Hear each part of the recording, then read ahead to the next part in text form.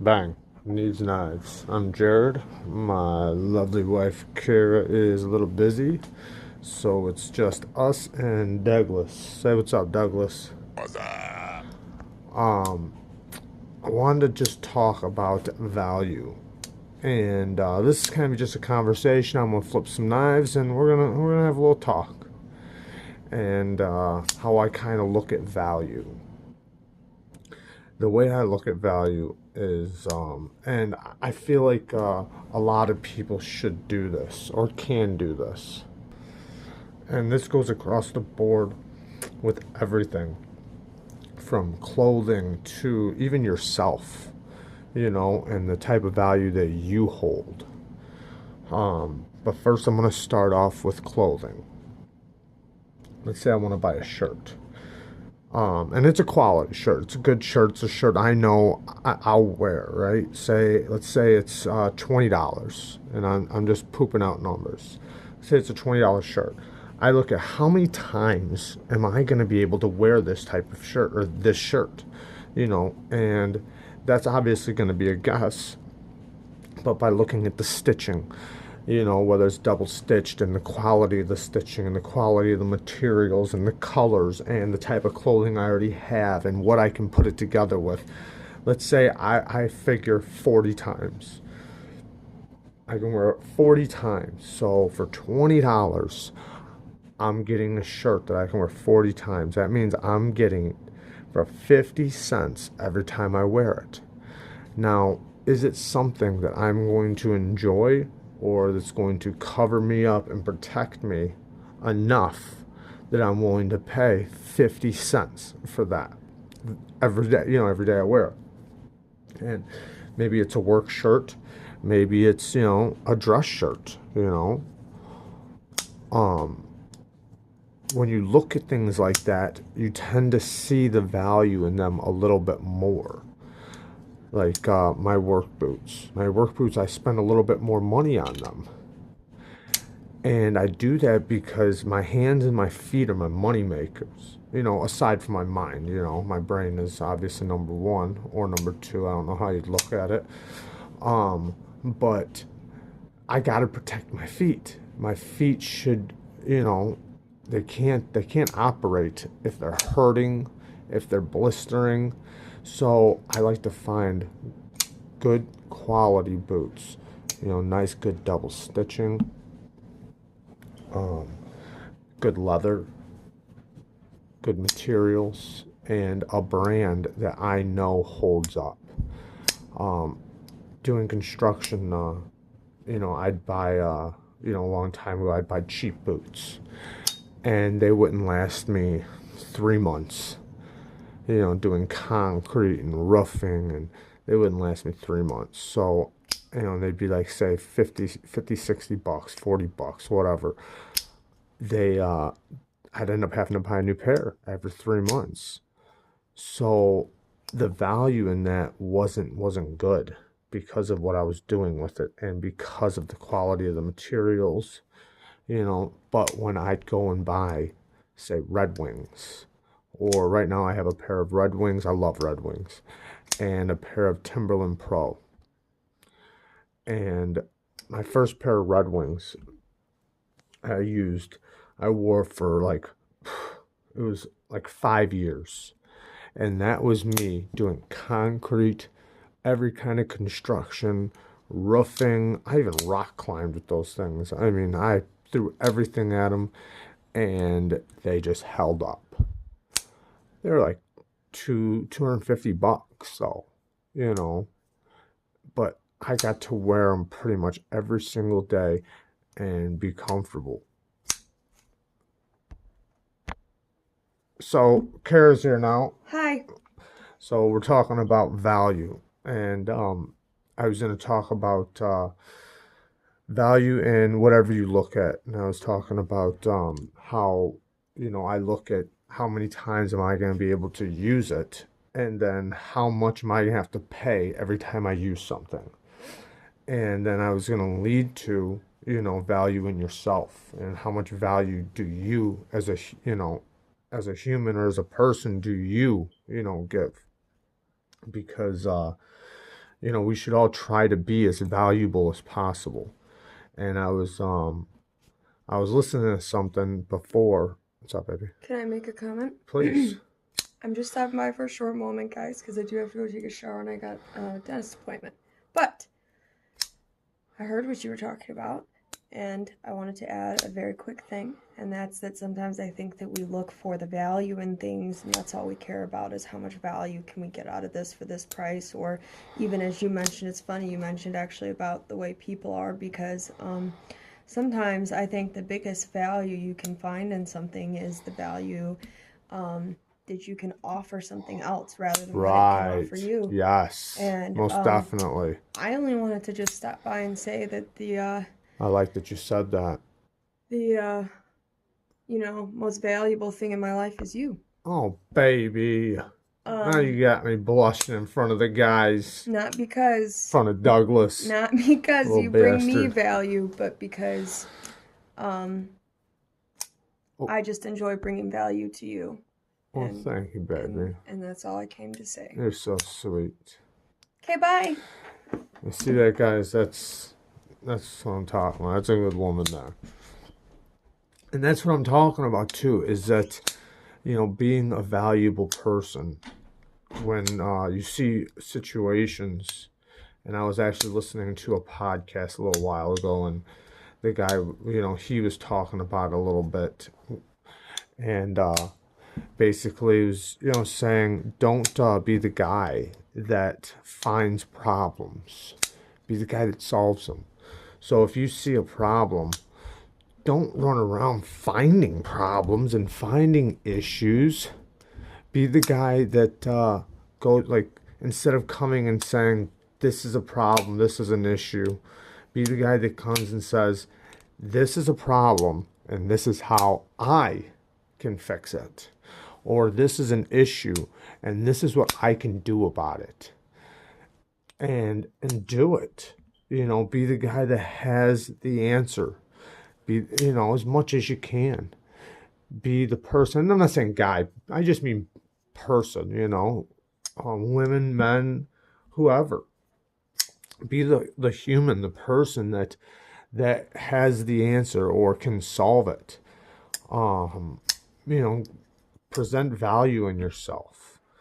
There's so many problems out there, and so many problem makers, and so many people that anybody can find a problem. Anybody can see the issue, but only the valuable ones are the ones that know how to solve it and know what to do about it. And be that person as much as you can. Be the person that sees the issue and says, this is how I can fix it. Or this is what I can do. And if you don't know how, right? If you don't know how, then whoever you have with you or whatever, talk to them about it and present what you're capable of. Talk about what's the part that you can put in to help the situation instead of making it worse. What is something that you can bring to the table? Me, I'm good with my hands. I'm strong. I'm able-bodied. I excuse me. I can put in work. I can put in the labor. I can be the backbone. I can be strength. I can move stuff, whatever it is. I don't, depending on what the issue is, be a helping hand. And when you see people out there in the world that need help, don't pass them up, be the person that helps them, because the people you help are the people that are going to eventually help you back. And you don't want to be known as the guy that passed somebody by that you could have helped. Don't expect something. Don't do something and say, oh, what can I get out of this? Don't do that. Be the guy who does it for nothing. Be the guy who does it because that's who you are. You know, don't be the guy who says, well, you know, like, how can this benefit me? Because you know what? By not being that guy and being the guy that does it because that's who you are, it will come back to help you. And it will benefit you. But if you're the guy that only looks out or only does things if it will help you, then that's what you're worth. And people will see that. And then people will know that about you. And you're just going to be that guy, you know? And you don't want that. You want to be the guy that, or I keep saying guy, you know, I'm sorry. The person that, you know, you be the person that will do it because it's the right thing and because you can. And, you know, it only helps people. And people helping people, you know. What you do for somebody, it might not come back right away. And you might get shit on. But who cares, you know? At least you were the guy that, you know, was able to help or was able to do something. Check this thing out really quick. I showed this on Instagram. Listen, I'm going to try to let you hear the sound. This thing's really cool. It's a keychain dangler. So this will hook in your pocket. And then it'll dangle your keys in your pocket so they're not sitting at the bottom of your pocket. But listen to this.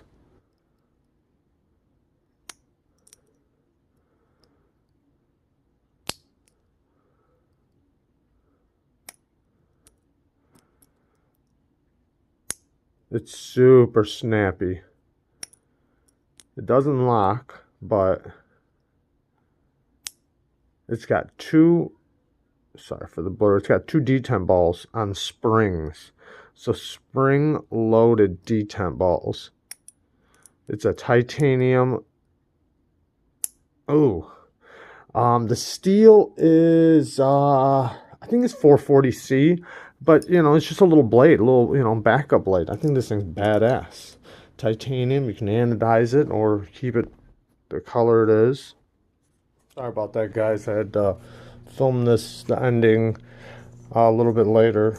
I did dye these scales. They came out darker than I wanted. I was wanting them to be a titanium gray. It's my fault. I should have put less dye and more water.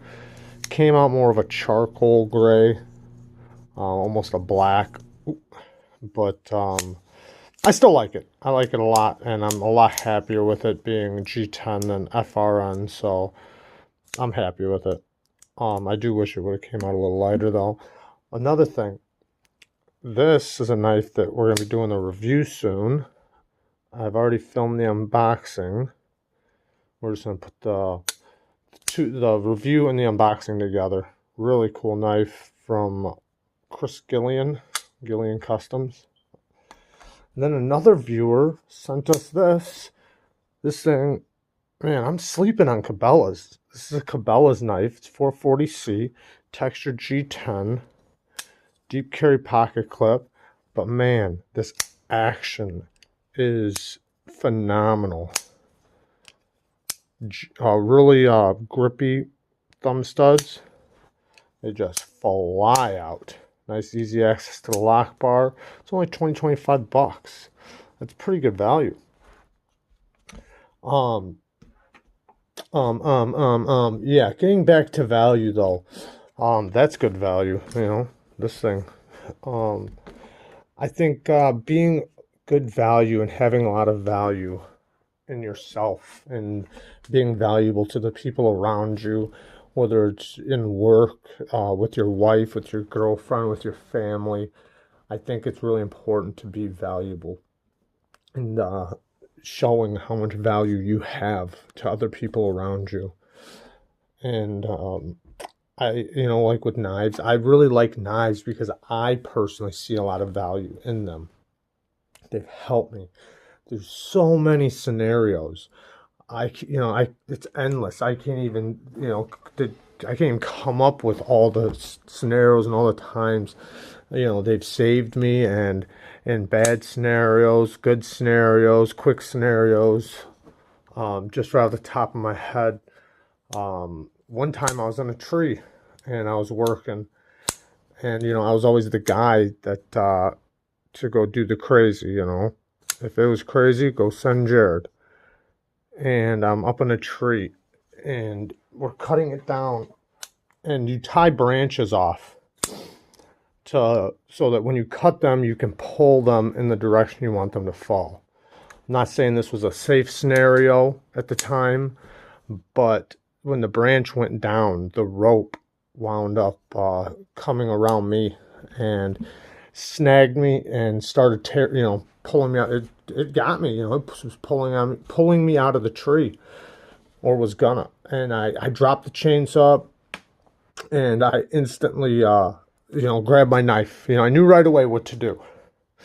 Grabbed the knife and pow, snapped the line, and everything was good.